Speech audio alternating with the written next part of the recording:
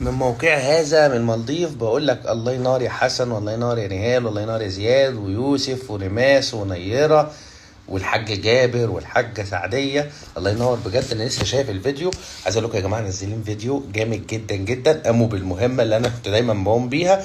وبصراحة انا وانا بتفرج على الفيديو ما بطلتش ضحك. بصراحة الفيديو جامد. الفيديو فوق فوق فوق فوق الممتاز.